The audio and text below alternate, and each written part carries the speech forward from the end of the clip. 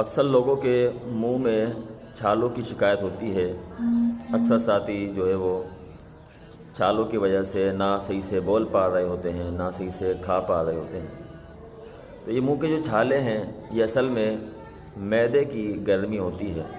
آپ اپنے معدے کو ٹھنڈا رکھیں، خوراک معتدل استعمال کریں، اور اس کے ساتھ ساتھ اگر کسی کو معدے کی پرابلم ہے یا چھالے اس کے منہ میں جو ہوتے ہیں تو اس کے لیے ایک بہترین عمل ہرا دھنیا، اس کی 1-2 ڈنٹل روزانہ جو ہے وہ نہار منہ انشاءاللہ کھا لیں۔ اس کے کھانے سے معدے کی گرمی دور ہوگی اور منہ کے چھالے انشاءاللہ جلد سے جلد ٹھیک ہو جائیں گے۔